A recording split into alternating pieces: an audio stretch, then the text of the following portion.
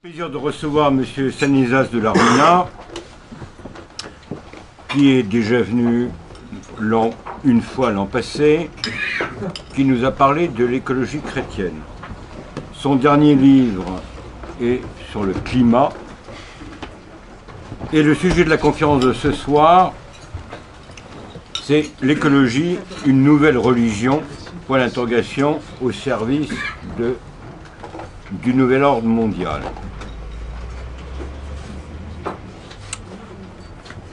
Quand on regarde les grands thèmes de l'écologie moderne, on discerne très rapidement certains thèmes typiquement gnostiques, spécistes. Et si on veut être très bref, on pourrait dire que c'est un anti-humanisme qui est au service, et vous le verrez la semaine prochaine, du transhumanisme et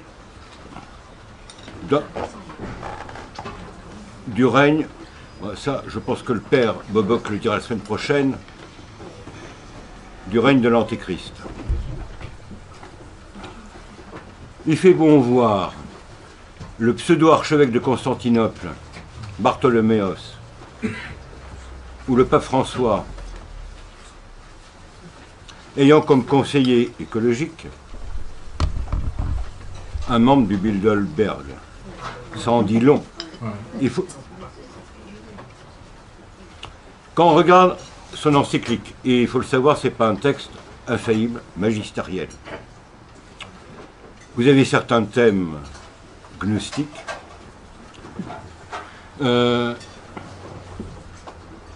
des phrases surprenantes du genre que l'homme a un pacte avec la terre est notre mère, alors que si on a un regard chrétien sur l'écologie, on n'a qu'à remonter au livre de la Genèse. À la fin de la création, Dieu présente les animaux, les arbres et tout ce qui est créé à Adam afin qu'il lui donne un nom. Et la vocation de l'homme, pour soumettre la nature, c'est de se soumettre à un ordre naturel qui est inscrit dans la nature. Mais malheureusement, l'homme moderne, marqué par la philosophie de la déconstruction, est incapable de lire dans la nature ce que le grec voyait très rapidement, l'harmonie, qui ramenait à la transcendance. Pacte avec la terre. Et qu'est-ce qu'on voit? Il suffit de donner qu'un seul exemple. Les réunions pseudo-écuméniques de San Egidio, où vous avez le forum, non pas de Davos, ça dans quelques jours, mais de toutes les religions, qui d'un seul cœur chantent les louanges de l'écologie moderne. Et on voit très bien qu'on va se servir des forces religieuses comme mouvement d'animation de la démocratie universelle. Il s'agit de renoncer au fond au contenu dogmatique de chaque religion pour servir les poissons, les chats, les hiboux, tout ce qu'on veut. Une perversion terrible. Et pour cela, il faut revenir à la culture antique, gréco-latine, et savoir que la terre ne ment pas. J'en ai dit assez. À vous, cher ami.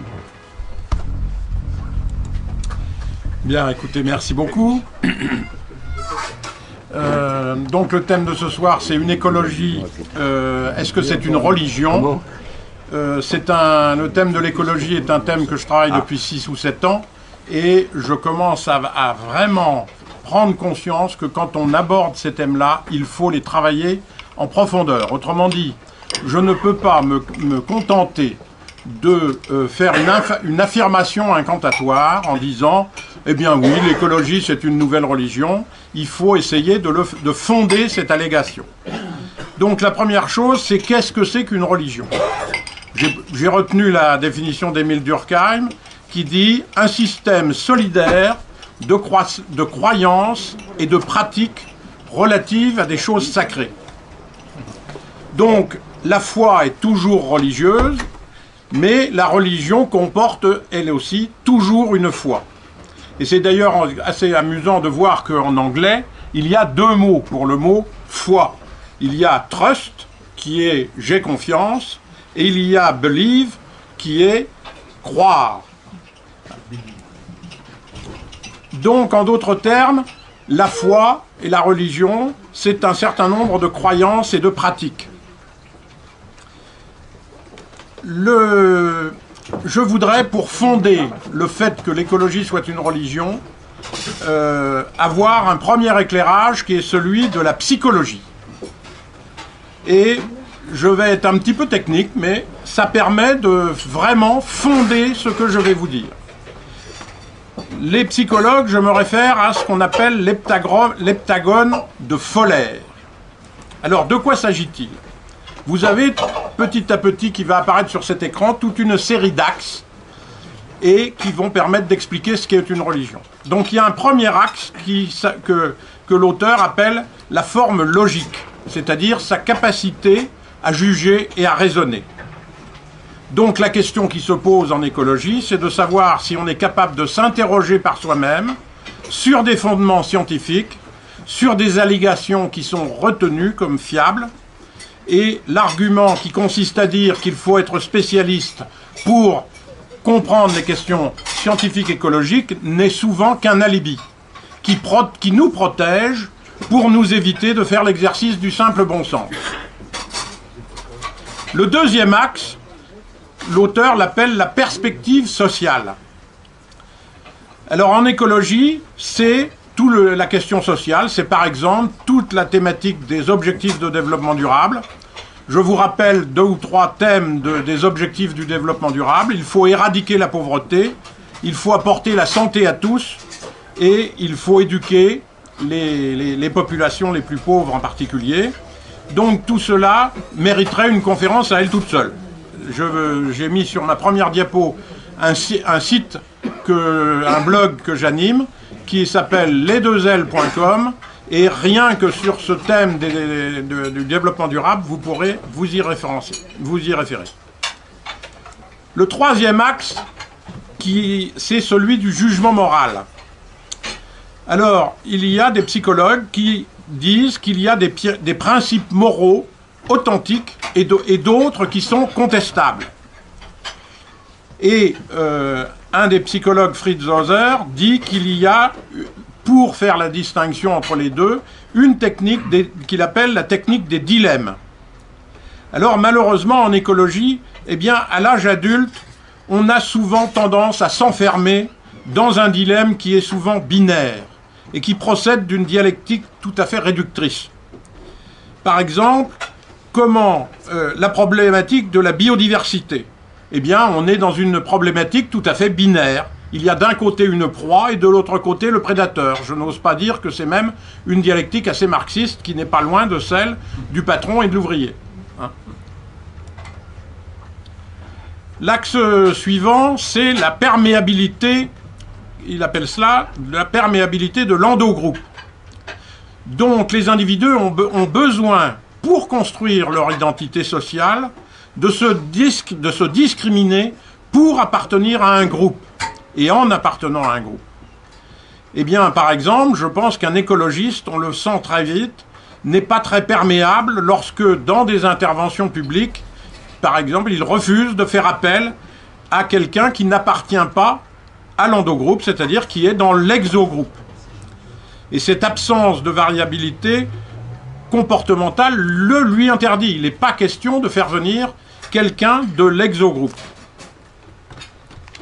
Et lorsque l'identité sociale d'un individu n'est pas satisfaisante, eh bien, il peut être tenté de quitter son groupe pour rejoindre un groupe qui va plus le valoriser. Et les écologistes aujourd'hui constituent un véritable endogroupe qui permet à leurs membres de se construire une identité.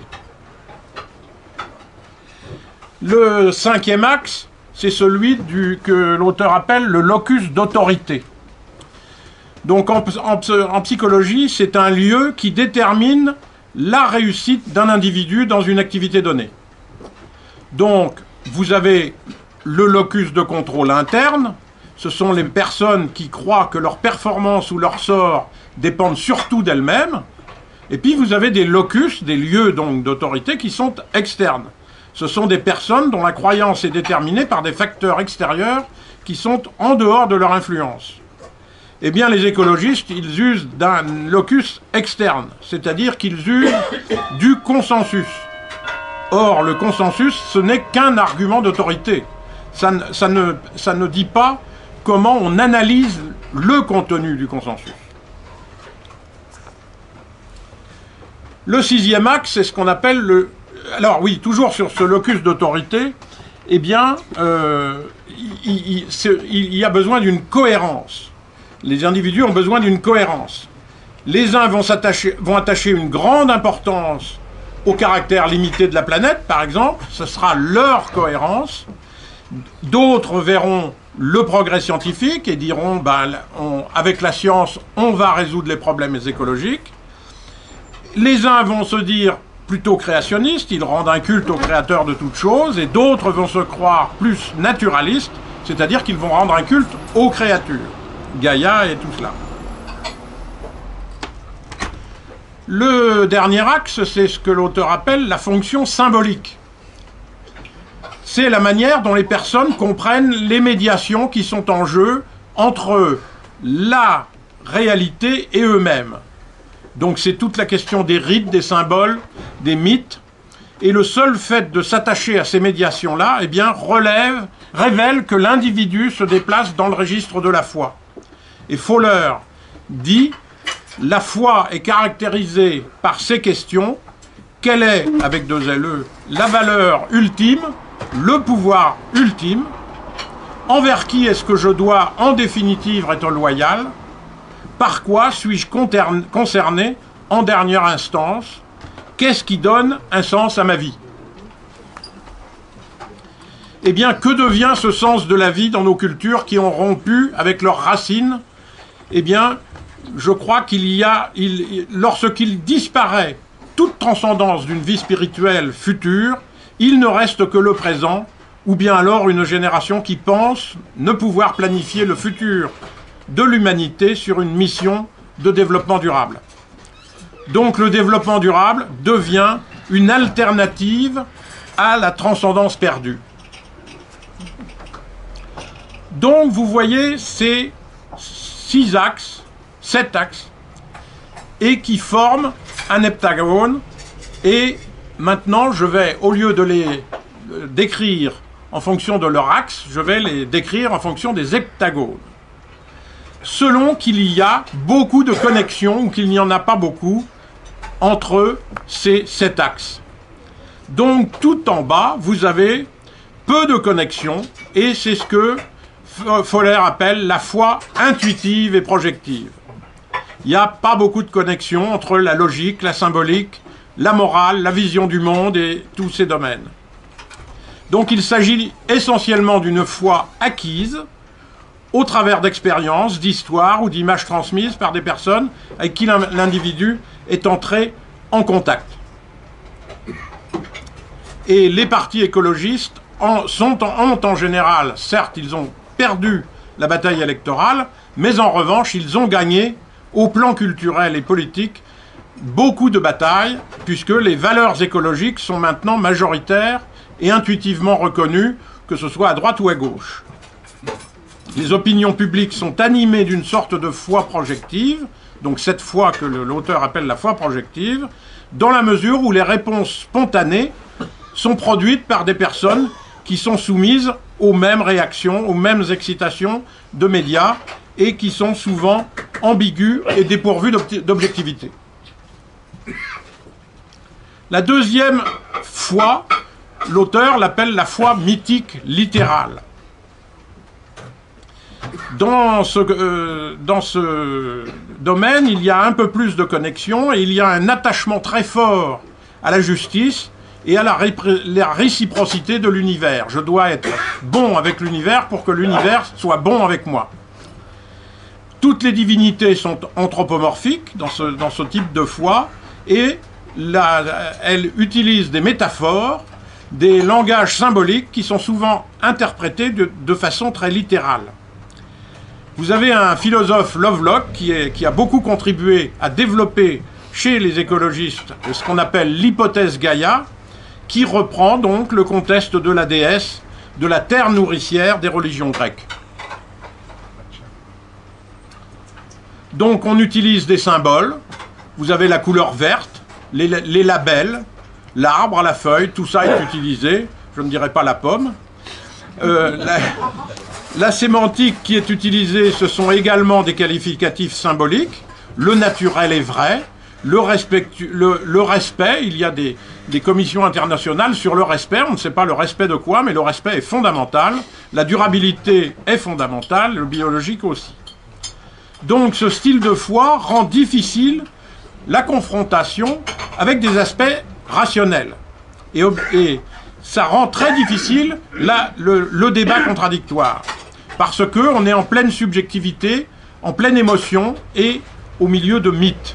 Et tout à l'heure, je vous parlais de la nature qui est vraie. On a ce mythe de la nature vierge, de la nature sauvage, généreuse, le mythe de la permaculture. Je le cite parce que quand vous allez sur le site internet de l'Association française des permaculteurs, eh bien voilà comment ils définissent la permaculture. C'est une éthique, ainsi qu'un ensemble de principes qu'ils appellent le design permaculturel. Comprenne qui pourra, mais on n'est vraiment pas dans le rationnel. La troisième foi, l'auteur l'appelle la foi synthétique et conventionnelle. Donc celle-là, elle est très caractérisée par la conformité à l'autorité et à une identité personnelle. Tout conflit interne, à cette foi, est complètement ignoré.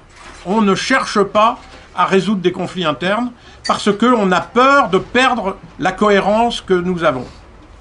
Et donc là aussi, le recours au consensus est fondamental. Tout écologiste qui conteste le contenu du consensus doit être exclu. Il doit être ignoré. Moi, il m'est arrivé d'aller dans une académie à Rome où je disais des choses qui n'étaient pas correctes devant des membres qui étaient là, et je m'attendais à ce qu'à la pause, tout le monde vienne me dire « Mais qu'est-ce que vous avez dit ?» Pas du tout. J'étais tout seul. J'étais ignoré. Quand on n'est pas dans le consensus, on est ignoré. Et pire, on est bien entendu médiatiquement exécuté. Donc il est reproché essentiellement aux contestataires d'entretenir la division. Le consensus est pour la paix et nous sommes pour la guerre. Donc les qualificatifs qui sont utilisés pour les décrire, eh bien, ont pour but de décrédibiliser le dissensus. On est des négationnistes, des révisionnistes, des sceptiques. Et c'est un moyen, en réalité, de rassurer les écologistes entre eux. La quatrième foi, l'auteur l'appelle la foi individuante et réflexive. Alors ce sont des mots techniques, mais j'essaye de vous expliquer le contenu de chacune de ces catégories. Celle-ci pousse l'individu, qui est souvent motivé par la peur, à prendre tout de même des responsabilités personnelles, pour assumer ses propres croyances et ses sentiments. Et à ce moment-là, la personne est capable de réfléchir à une nouvelle complexité de la foi, mais aussi à essayer de résoudre des conflits internes.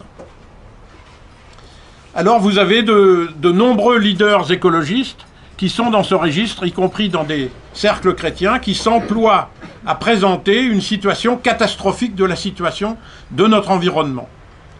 Et ceux qui entendent ce discours sont sensibles à ces images de l'avenir, ils les jugent crédibles, sans autre fondement que la peur qu'ils ressentent. Ils s'engagent donc dans des actions qui, croient-ils, empêcheront la réalisation d'autres catastrophes. Et ça, c'est ce que certains sociologues appellent le catastrophisme éclairé.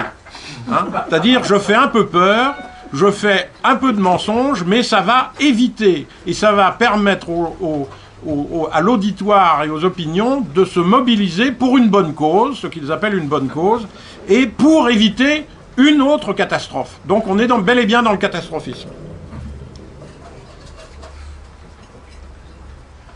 La cinquième est une foi conjonctive. Alors, Le mot conjonctive est un mot qui vient du droit. Une obligation est conjonctive quand il y a un débiteur qui doit cumulativement au même créancier plusieurs dettes.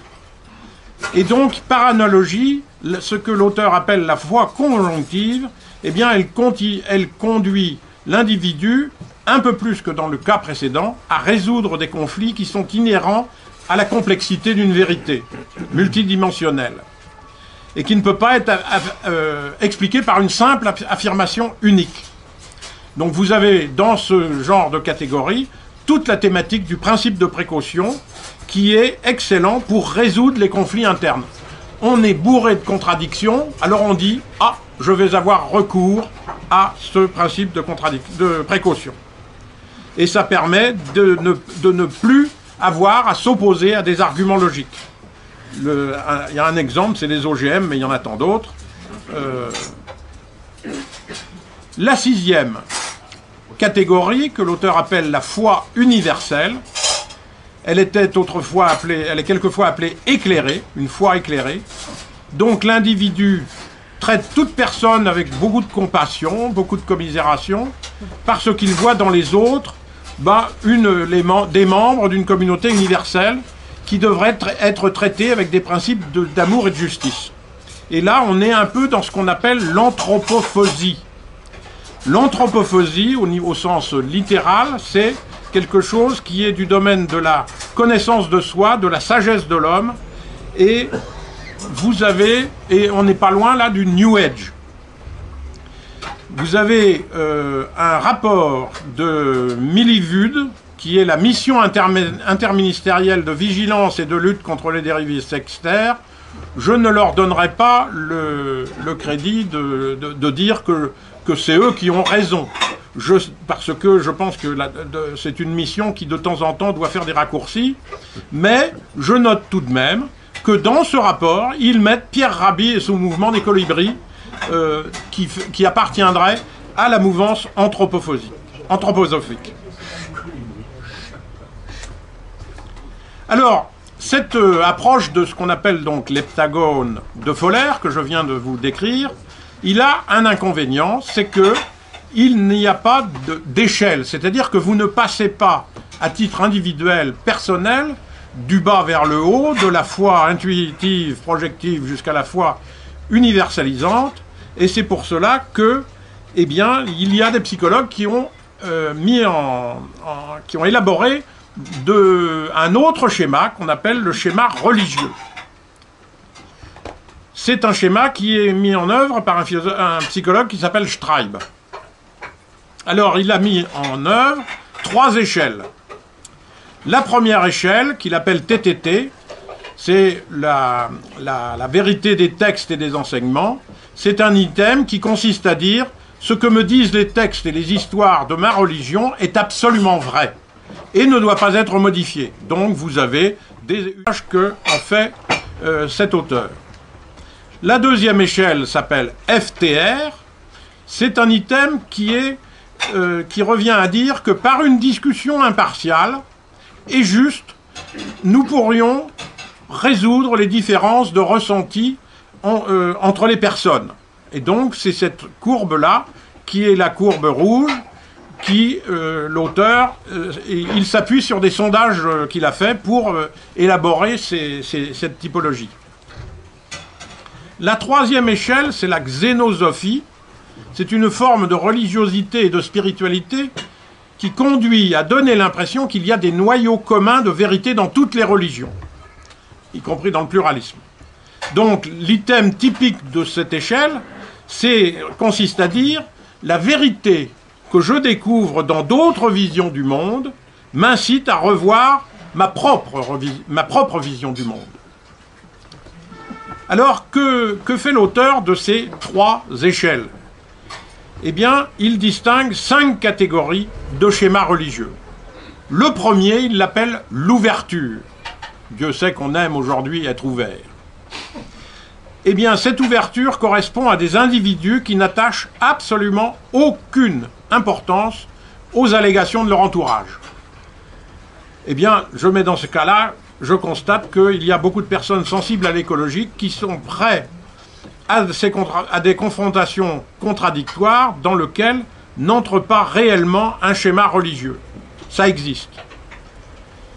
Le développement personnel, deuxième catégorie, il correspond à des individus qui attachent peu d'importance. Tout à l'heure c'était beaucoup, mais là c'est peu d'importance au discours ambiant. Mais suffisamment pour essayer de résoudre des conflits internes. Et ces gens-là sont toutefois soucieux de faire coexister plusieurs visions de la réalité. La troisième catégorie, il l'appelle le but de la vie. Ce but est recherché par des individus dont les réponses sont corrélées de manière équilibrée entre les trois indicateurs. Vous voyez sur le schéma que les trois courbes sont assez centrées. Mais la religiosité a pour eux des effets considérables sur les comportements dès qu'il y a un conflit. Donc par exemple, quand il y a un conflit sur on parle de croissance et de décroissance, et qu'on se dit « Ah, c'est bien dommage, le PNB n'est pas un bon critère ». Alors, ils ont recours à un comportement en allant chercher d'autres concepts, par exemple le bonheur national brut, ou des indices de développement humain, ou des indices de bonheur mondial. Ça peut faire sourire, mais je n'invente pas les choses. Ces indicateurs existent.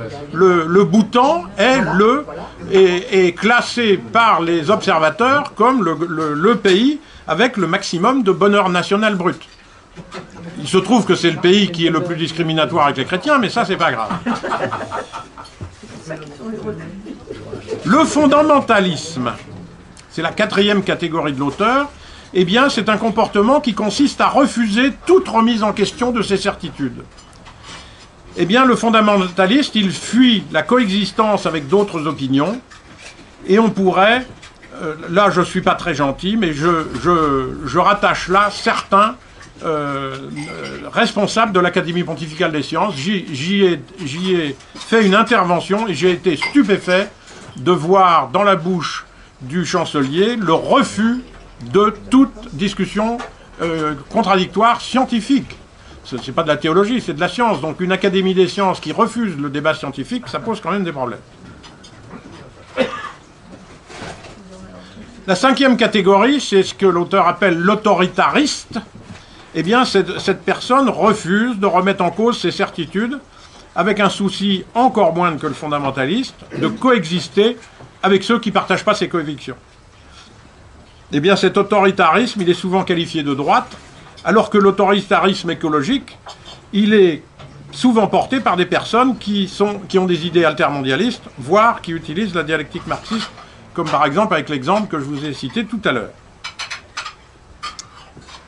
Bien, alors, pour fonder, vous voyez qu'avec ces exemples et des typologies qui ont comme ressort la psychologie, eh bien, on arrive à remettre dans ces classifications que retiennent les psychologues des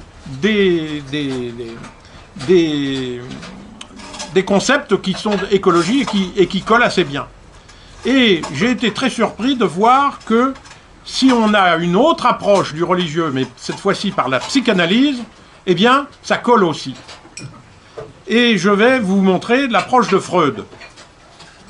Freud a beaucoup parlé de ce qu'il appelle le narcissisme infantile. Qu'est-ce que c'est que le narcissisme infantile? C'est tout ce qui ressemble à un frein pour permettre à l'adulte d'aller et d'adopter les principes de réalité.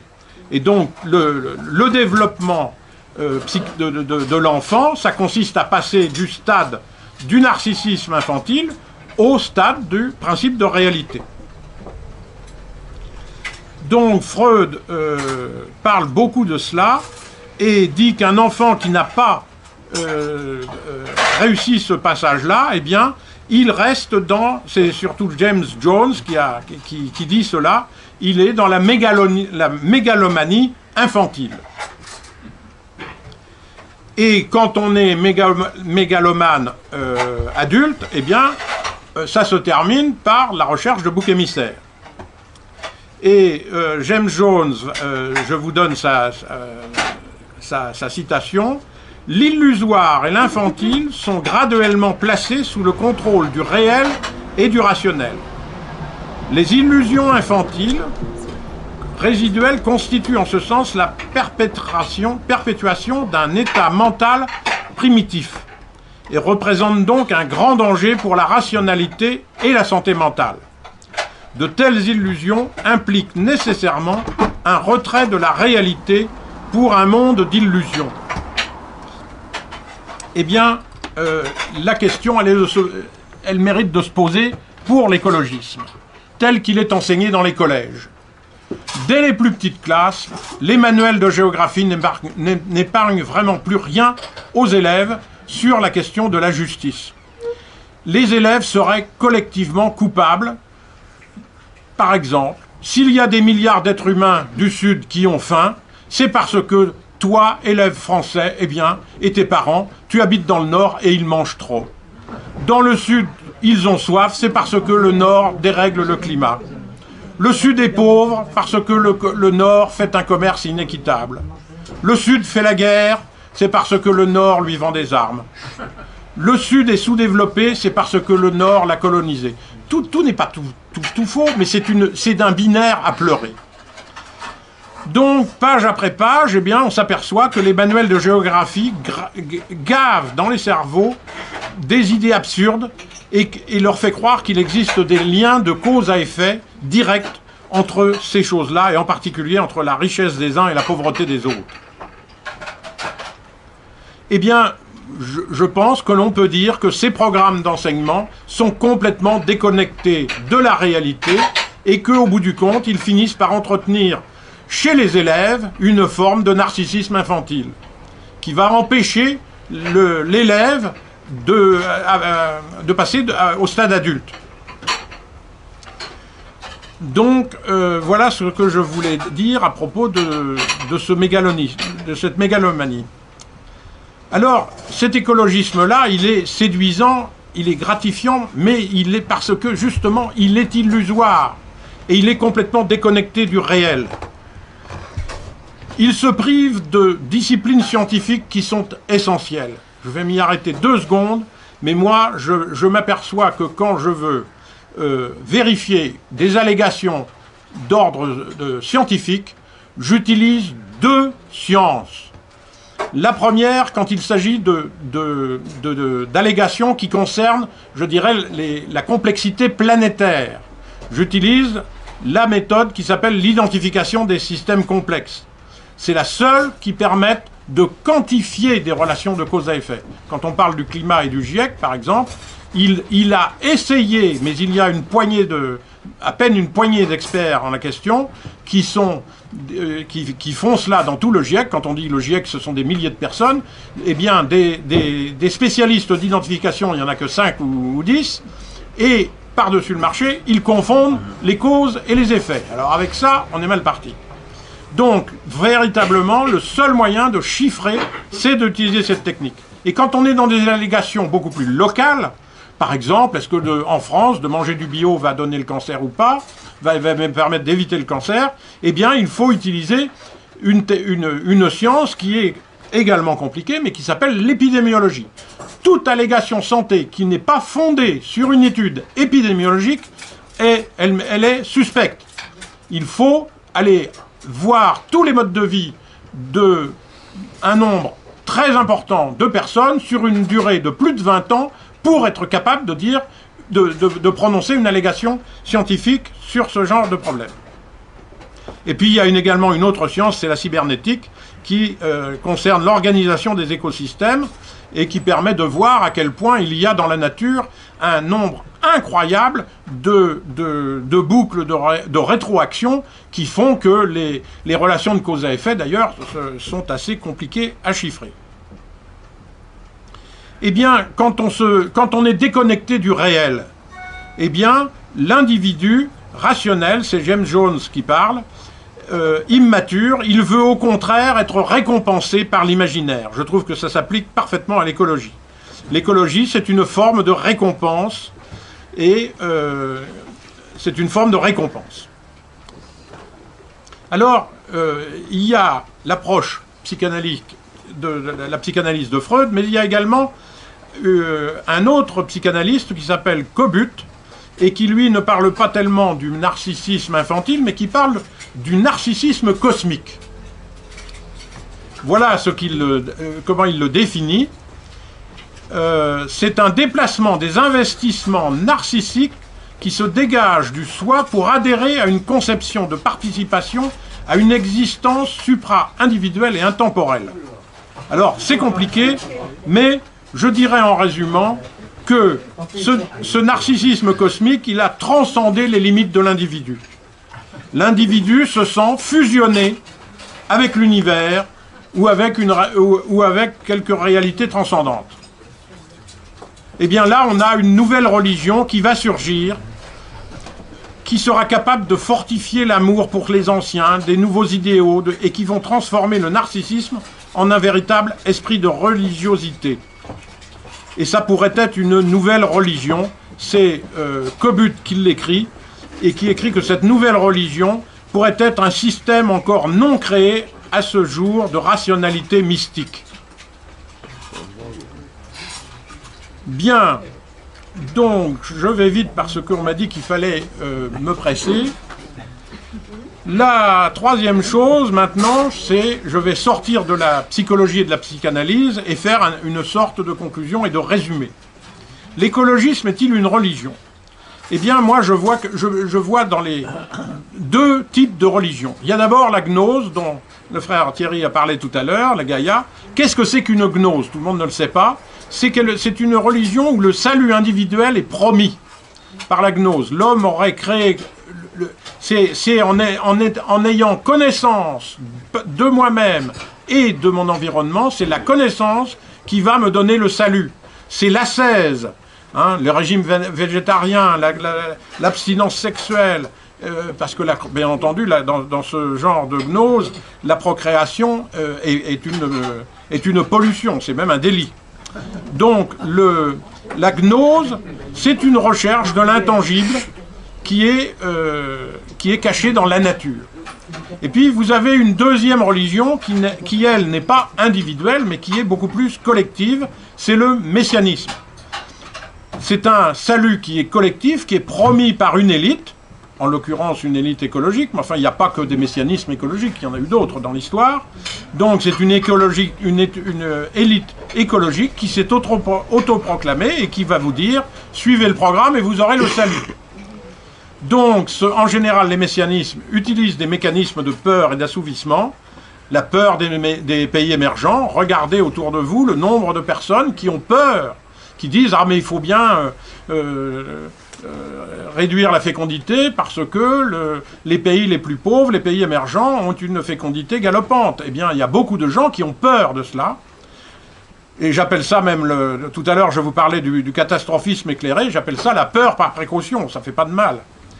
L'humiliation, les messianismes utilisent l'humiliation, je prends un exemple, c'est l'écotaxe. On nous fait payer sur la facture d'un appareil ménager 1 euro, s'il vous plaît, d'écotaxe. Alors on dit, bon, bah, si ça leur fait plaisir, pourquoi pas, et puis un jour, on va avoir des écotaxes beaucoup plus considérables. Donc on est dans l'humiliation, si ça leur fait plaisir, on est prêt à tout accepter. Et on y va petit à petit. Et bien entendu, dans le messianisme, il y a le primat du collectif et la répression de l'initiative. Parce que, bien entendu, dans le messianisme, eh bien, c'est l'élite qui va dire « suivez le programme ». Donc c'est dans le collectif qu'on va trouver le salut. Et si on est au niveau individuel à essayer de trouver des solutions, on dit « non, non, non, on s'occupe de vous ». Alors, une religion au service de la gouvernance mondiale, bon, c'est un thème qui n'est pas forcément évident, mais il y a un proverbe, en tous les cas, qui colle bien avec ça, c'est ce proverbe qui consiste à dire « à problème global, gouvernance mondiale ». Ben, bien sûr, puisque le climat ne s'arrête pas aux frontières, puisque les particules fines ne s'arrêtent pas aux frontières, c'est donc qu'il faut en finir avec les États. Donc, les limites étatiques ne peuvent pas répondre selon cette philosophie, aux enjeux des limites planétaires. Alors, un culte et des pratiques religieuses, oui, il y a le culte à l'individu, il y a une forme de malthusianisme qui est bel et bien un égoïsme qui relève de ce culte de l'individu. Le culte à la créature, j'en ai parlé tout à l'heure, qui remplace le culte au créateur. Et puis des clercs, ce sont les agents de changement. Et alors, une prédication. Je vous cite 2 phrases, je ne devrais pas vous la montrer. Tiens, je la coupe, je la cite. Ah bah oui, mais ça coupe aussi mon truc. Bon, dommage. La première, allez, en général, je fais la surprise, elle est d'Hitler. Toute tentative pour combattre un système moral par la force finit par échouer, à moins que le combat ne prenne la forme d'une attaque au profit d'une nouvelle position spirituelle. C'est Adolf Hitler qui dit ça. Le deuxième, je vais vous le dire, je vous la lis et je vous dirai qui c'est. Il faut que les ordres administratifs émis pour maintenir l'ordre dans la société soient également accompagnés d'un travail de persuasion et d'éducation. Qui a dit cela? Mao Tse-tung. Et bien entendu, dans tout cela, il y a également des vertus. La frugalité par précaution, la démographie responsable, ce sont les vertus de l'écologisme.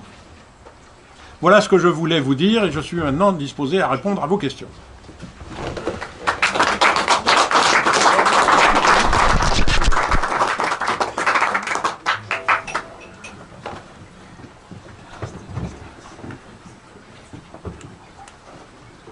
Oui. Je voudrais faire une remarque pour vous remonter le moral. Quand on vous dit l'Europe est coupable de tout, le bouc émissaire idéal, ceux-là même qui disent cela, lui doivent 10 ans, 15 ans, 20 ans de leur vie, car le doublement de l'espérance de vie depuis 150 ans est le fait des Européens. Je vous remercie. J'ai envie de rebondir en disant que je partage le point et que quand j'entends beaucoup chez les jeunes qui malheureusement font de plus en plus d'études de commerce et de moins en moins d'études scientifiques, je vois des discours auxquels ils sont assez sensibles, qui est de dire que la technique rend l'homme mauvais. Alors moi je ne suis absolument pas d'accord avec cela. La technique est neutre. Bien entendu que quelqu'un qui veut faire le bien, et par exemple, comme vous l'avez dit, allonger la durée de vie, eh bien, il va utiliser des techniques et la médecine est là pour cela. Et puis celui qui veut faire le mal, il va utiliser la technique également pour augmenter son pouvoir, ça va de soi. Hein. Mais la technique ne rend pas l'homme mauvais. Pourquoi vous utilisez toujours le concept qu'écologiste est irrationnel? Et moi, je pense que c'est au contraire, traditionnel. Parce que l'humanité prend de conscience. Maintenant, je connais plusieurs scientifiques qui travaillent, même ça, à l'époque, qui travaillent sur le développement technique. Mais ils avaient dit que la civilisation, notre civilisation, elle est prise le forcément, parce que les capacités de nature et d'être humain étaient plutôt créées par les dieux, parce qu'on s'emploie. Développer l'énergie nucléaire. Ça, c'est quelqu'un qui crée l'énergie nucléaire. Et j'ai connu beaucoup de médecins qui maintenant, par exemple, un professeur qui travaille sur la transplantation de cœur artificielle. Mais il dit non, parce que je travaille parallèlement à développer certaines possibilités de guérir naturellement. Oui. Et encore avec les Je médicaments. voudrais rebondir sur ce que vous dites parce que effectivement, avoir recours à la psychologie ou à la psychanalyse, c'est bien compliqué pour répondre à une intuition que l'on a. Mais, comme je vous l'ai dit au début, je pense qu'on ne peut pas se contenter d'allégations simplistes et puis de dire parce qu'autrement je vais tomber moi-même dans une des catégories qui ont été décrites là. Je vais dire moi je suis dans mon système de pensée, je considère que l'écologie est une religion et je ne convaincrai personne. Donc il faut aller chercher des fondements pour dire pourquoi on dit cela. Et c'est vrai pour dire que c'est une religion. Maintenant, quand on parle de sciences, j'en ai fait un petit aparté tout à l'heure en parlant des sciences auxquelles il faut avoir recours, mais sans aller jusque-là, je suis d'accord avec madame quand elle dit que sur la planète, il y a des ressources naturelles tant qu'on en veut. Hein, parce que, et quand on parle des techniques quand on parle des techniques du futur, du soleil ou cela, ou ceci ou cela, de toute façon, une ressource naturelle n'est que n'a de sens que par rapport aux techniques d'un moment. Hein, je me plais souvent à faire, je vais vous faire rire, mais si vous n'êtes pas convaincu de cela, il est grand temps d'aller poser un chrysanthème à vos arrière-grands-parents, parce qu'ils nous ont gardé des stocks de tourbe. Hein. Donc garder des stocks de pétrole, je pense qu'on rigole autant, nous j'en ai rien à faire des stocks de tourbe, mais dans le futur, les stocks de pétrole, nos descendants n'en auront peut-être rien à faire. Une ressource naturelle, que ce soit la tourbe, le pétrole ou autre, n'a de sens que par rapport à la technique d'un moment. Tout ça, ça ne procède pas de la même chose. Donc moi, je ne cherche pas à mettre les écologistes dans une catégorie. Et les chrétiens? Mais les chrétiens, ça va être pareil. J'ai pas besoin de le dire, mais je suis chrétien, et je rencontre des chrétiens avec qui je ne suis absolument pas d'accord. Ils ne sont pas dans le même système de référence. Il y en a qui ne croient que au consensus. Hein, il y a des chrétiens, moi je pense que d'ailleurs, quand je suis attaché à mes références, je m'attache au concile, et dans le concile, il est écrit « Les laïcs ne doivent pas attendre de leur pasteur qu'ils aient une réponse à toutes les questions, même graves, ni même que ce soit de leur compétence. » Autrement dit, un pasteur, je l'écoute quand il me parle de théologie, mais quand il est dans le domaine de la science, il n'a pas à prendre parti. Hein? Donc les chrétiens, là aussi, il y en a qui vont dire « Ah ben le pape l'a dit, donc c'est vrai », il y en a qui vont dire... Enfin, il n'y a pas de catégorie. Je crois que d'abord ce serait assez méprisant d'enfermer une personne dans une catégorie. Écoutez, je vous remercie de l'ensemble de notions qui me paraissent quand même énormes. Est-ce qu'on ne peut pas réduire l'écologie, au lieu d'être une science extrêmement complexe, à une sagesse simple, c'est-à-dire un équilibre? Le mot écologie en grec signifie le discours de la maison qui est la terre. Or, on peut renverser. Si la terre devient aussi la maison du dialogue, je ne dirais pas seulement de consensus, mais du dialogue, et si on met ces deux choses en harmonie, c'est tout ce qu'il faut faire. Parce que, autrement, chaque auteur dénombre des douzaines de cas particuliers, et donc on rentre dans une pensée qui est complexe, laquelle n'a jamais donné. La pensée complexe, c'est une pensée qui est bonne quand il arrive à faire quelque chose de simple. Par exemple, le fusque machine à café. Or, je trouve que nous sommes dans une situation qui n'est pas complexe, ni simple, mais complice. Nous sommes appelés à faire ensemble, nous, avec Dieu, et c'est à partir de cette pensée très simple qu'on peut faire une écologie en tant que le discours, donc, relativement scientifique de la Terre, mais la Terre, c'est aussi la maison du dialogue entre nous. Stop. Autrement, chacun fait 14 catégories et on n'en arrive plus. Alors, quand vous dites que l'écologie, c'est le mot grec, je suis complètement d'accord. Éco, c'est la maison, et logie, c'est la connaissance, le savoir.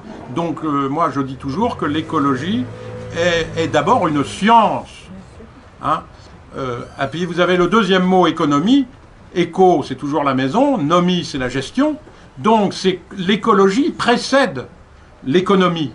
Donc, s'il y a un équilibre à avoir, c'est dans l'économie. C'est pas dans l'écologie. L'écologie, c'est une science du savoir. Donc, ce n'est pas dans la nature que je vais trouver la vérité. La nature, d'ailleurs, c'est le propre de l'homme, me semble-t-il, c'est que nous sommes pétris de contradictions. Nous sommes tiraillés entre une chose et une autre. Et moi, je suis tiraillé entre la nature que je trouve belle et la nature qui est violente. Et je ne vais pas dire béni sois-tu, béni soit le soleil, béni soit toi, etc. Et puis béni soit le crocodile qui bouffe sa proie avec tellement de gentillesse. On ne peut pas, à mon sens, dire que la vérité est dans la nature. La nature n'est pas un référentiel. Elle a des lois dont on peut s'inspirer, mais elle n'a pas que des lois dont il faut s'inspirer. Il y a aussi des lois qu'il faut éviter. Donc, ce que vous dites, c'est contradictoire. Mais oui. Parce que, c'est-à-dire que, justement, ça fait belle lurette que l'écologie n'est plus une science comme la cosmologie, mais est devenue politique. Oui, mais moi, quand j'utilise ce mot, pour moi, c'est un mot scientifique pour moi. C'est une science. C'est une science. Vous dites qu'on peut pas, on ne fait pas ce qui est... la science ne dit pas la conduite des hommes. Donc, c'est ce que je veux dire. Oui. C'est-à-dire que c'est aujourd'hui devenu une art de vivre, ce qui, pratiquement, il faut l'apprendre en tant qu'art de vivre très simplement. Voilà. Moi, je trouve que c'est les reprises de conscience très rationnelles. Je suis tout à fait contre votre concept. Au contraire, c'est très rationnel. Parce que toute notre civilisation, c'est irrationnel. On fait n'importe quoi. Et maintenant, c'est les prises de conscience. Pourquoi ça me rappelle un peu, justement, une manipulation plutôt soviétique. Tout ensemble dedans, ici, dans votre concept. Je ne comprends pas. Non, mais pour dire que l'écologie... Si ça vient de là, c'est pas grave. Je voudrais faire une distinction quand j'utilise un mot. C'est que je fais une grande distinction entre le mot écologie et le mot écologisme. L'écologisme, c'est un système de pensée. Alors je peux, au nom d'un certain écologisme, dire « j'ai envie d'une vie simple ». Bon, chacun a ce droit. Mais l'écologie, ce n'est pas un système de pensée, c'est une science qui est compliquée, qui est pluridisciplinaire, tout ce qui est le mot d'écologie est complètement dévoyé, mais il faut utiliser dans ces cas-là le mot écologisme. Oui. Je peux vous poser une question, je suis économiste. On n'arrête pas de nous rabattre en ce moment la surpopulation mondiale, 2015, problème d'eau, 2020, problème d'alimentation, les mers qui sont en train de se vider des poissons. Enfin bref, c'est la théorie malthusienne. Alors qu'est-ce que vous pensez par rapport à ça? Le climat, bon bah alors là c'est pareil, hein, j'ai travaillé sur la régulation, tout ce qui est en fait les quotas de CO2 que les pays se revendent entre eux. Donc on sait que c'est une foutaise lamentable. Donc, dernièrement, sur CNews, ils ont passé une émission aussi sur la surpopulation mondiale avec des statistiques très intéressantes en disant que nous mettions notre planète en péril, l'environnement en péril à cause de cette surpopulation.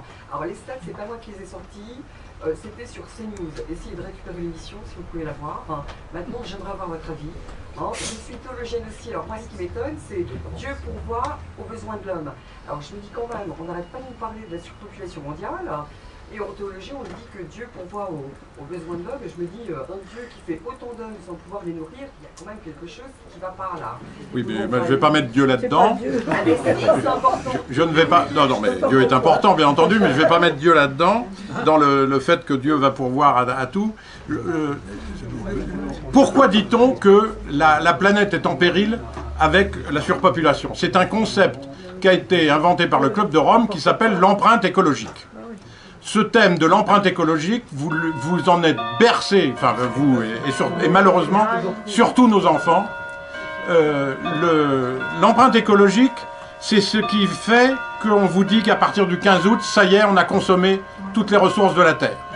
C'est un concept où dit à l'envers, nous avons besoin de deux terres pour vivre. Alors, ça vaut la peine d'aller sur Internet et de chercher les grands scientifiques qui ont fait ce calcul. Alors, je vais vous le résumer. Vous avez un premier élément, c'est les besoins dont l'humanité a besoin en surface de continent pour cultiver du blé, etc. Donc, surface 1. Et puis, il y a également, comme nous mangeons du poisson et que nous avons besoin des océans, il y a une surface 2, les océans.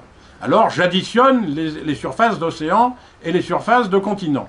Vous imaginez bien que pour faire un calcul scientifique de ce genre-là, il faut passer par un calcul, par des coefficients d'équivalence. Je vous laisse imaginer la rigueur scientifique de calculer un coefficient d'équivalence pour additionner des surfaces d'océan et des surfaces de continents. Mais ce n'est pas que tout. Il faut également des surfaces pour éliminer les déchets.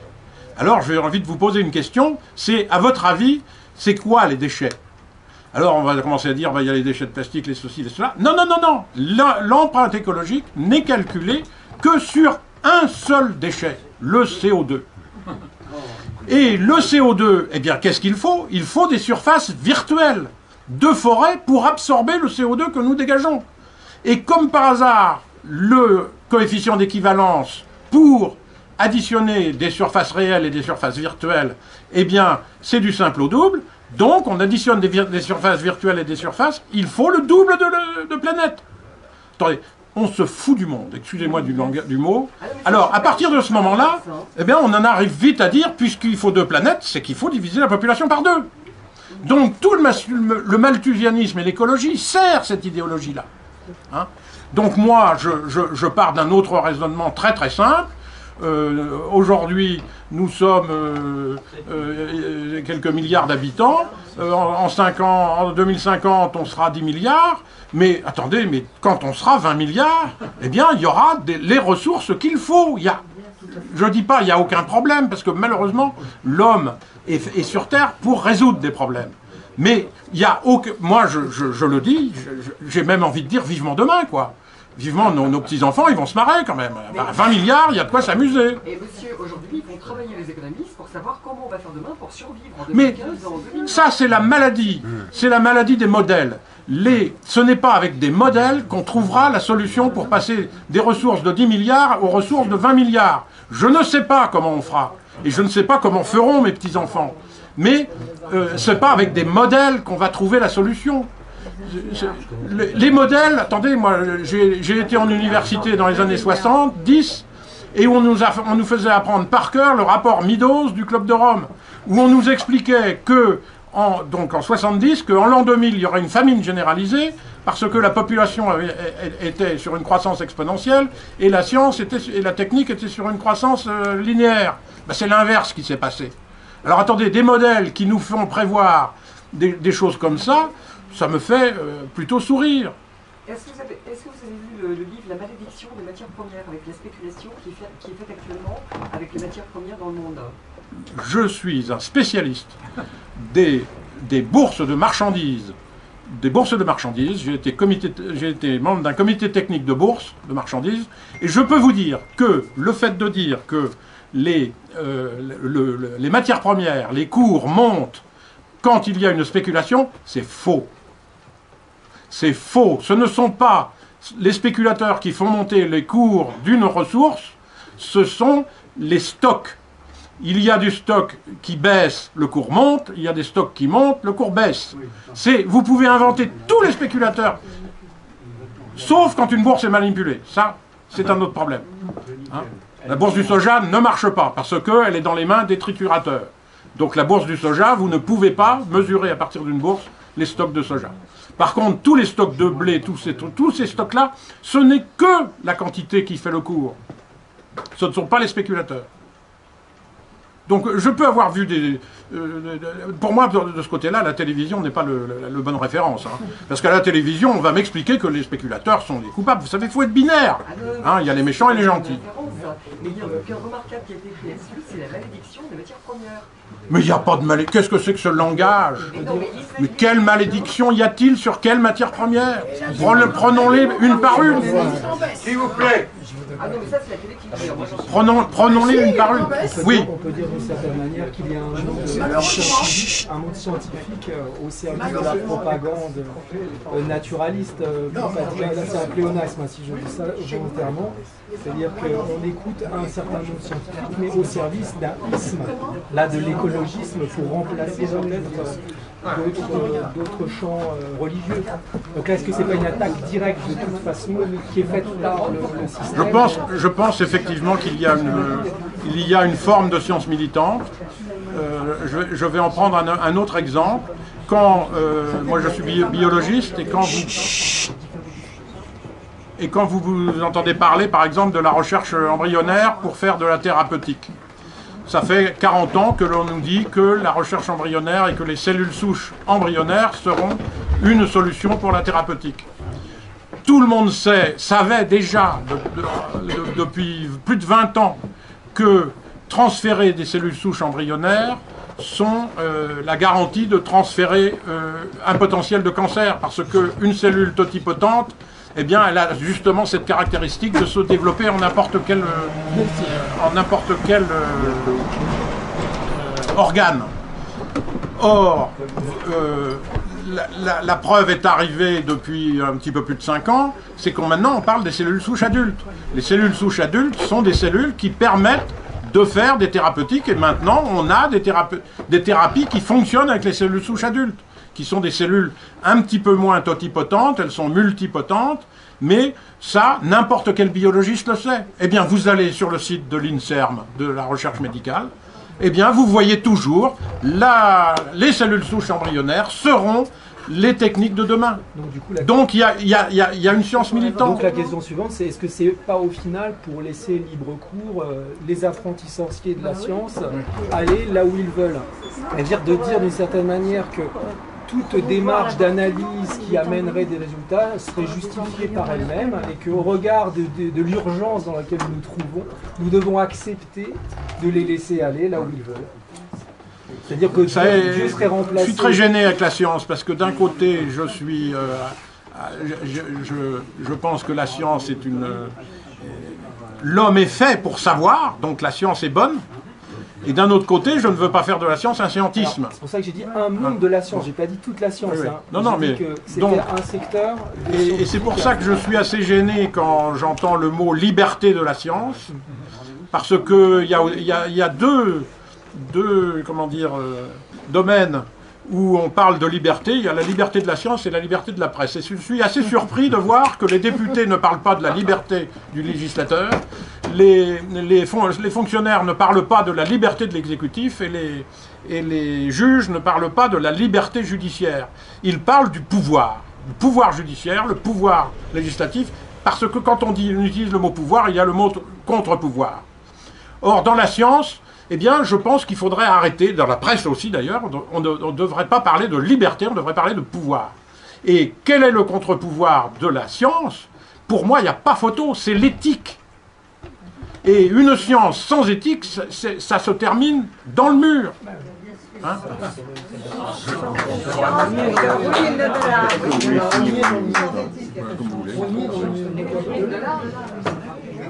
Vous en avez deux? Aujourd'hui. Bon. Donc, on va arrêter les questions, mais rassurez-vous, ce sujet n'est qu'effleuré, et vous serez réinvité très prochainement avec peut-être un autre conférencier, faire une conférence à deux sur ce thème. Je signale à ceux qui viennent pour la première fois qu'on a un site sur YouTube, vous tapez Cercle Aréopage, et dans quelques temps, vous aurez un congrès qui vient de se tenir en Moldavie, qui est l'Anti-Davos, avec des sociétés économiques. Donc, essayez de faire connaître cette pensée, je ne dirais pas alternative, réaliste. Donc, n'hésitez pas maintenant à venir vous faire dédicacer les livres du conférencier.